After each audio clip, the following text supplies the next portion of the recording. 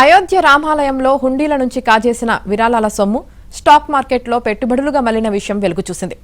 దోచుకున్న డబ్బు మూలాలు తెలియకుండా ఉండేందుకు నిందితులు ఎంతో వ్యూహాత్మకంగా వ్యవహరించినట్లు బయటపడింది.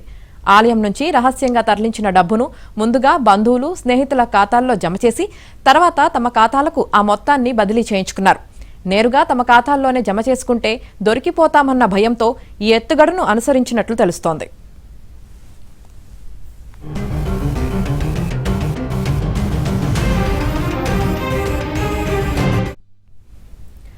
కోర్టు అనుమతితో ముగ్గురు నిందితులు అంకుల్ మిశ్రా, లవకుష్ మిశ్రా, కరుణేష్ పాండేను పోలీసులు విచారించినప్పుడు కీలక విషయాలు బయటపడ్డాయి.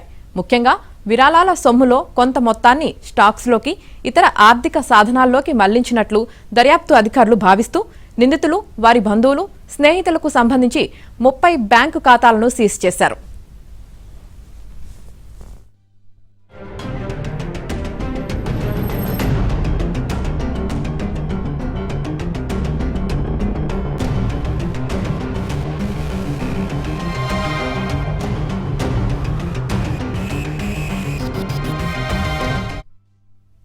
ఇక విరాళాల చోరీ వివాదంలో ఆరోపణలు ఎదుర్కొంటూ ట్రస్ట్ జనరల్ సెక్రటరీ పదవికి రాజీనామా చేసిన VHP vice president Champat Rai ఆలయానికి సంబంధించి ప్రామాణిక నిర్వహణ విధానాన్ని ఎస్ఓపి మాజీ సభ్యుడు మిశ్రా ఎస్బీఐతో కలిసి రూపొందించినట్లు సిట్కు రాసిన లేఖలో పేర్కొన్నారు.